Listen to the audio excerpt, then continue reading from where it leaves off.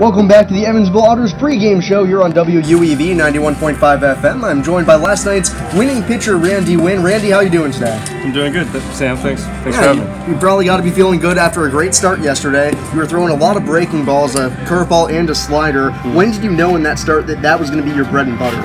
Well, honestly, Valorio had a good beat on the scouting report for those guys. He caught against them when we were in Traverse. So I basically deferred to what Valorio was thinking was a good idea, and it worked out for us. So in your last start against River City, you ended up throwing 6 innings, only giving up 3 runs, but in a weird start for you, you only had 1 strikeout. Normally you're good for 5, 6, or 7. So what was going on in that start that you were able to look at and change coming into this one?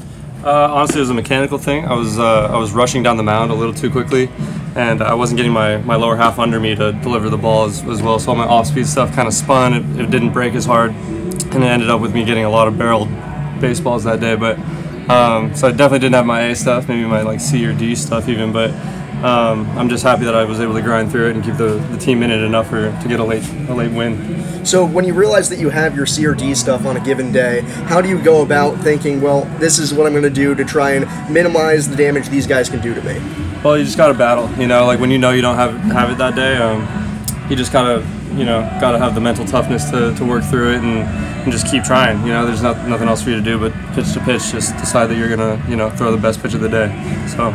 So right now we're about a third of the way through the season. You've had a very good start to the campaign. What did you learn through the first 30 games or so about yourself that you can use going forward this year? Just a lot of little things, fine-tuning mechanically, but it definitely feels good to be back in my routine. I came out of the pen to start the year, and being a starter and really getting kind of established into that routine, I think it's only going up from here. So what part of that routine is most important to you? What do you think is the most critical aspect that gets you ready for game day? Probably the throwing I do. The day after a start, like today, I don't throw a baseball hard at all. Maybe just lob it around the field or whatever, get the arm moving. I do a lot of band work, but then the days after that, the second, third, fourth days after a start, those are the ones where I really get my work in throwing and getting my arm back to where it needs to be for that 5th day. So for your next start, obviously about 5 or 6 days from now, what are you going to take from yesterday's start when you had a lot of success and try and move forward with?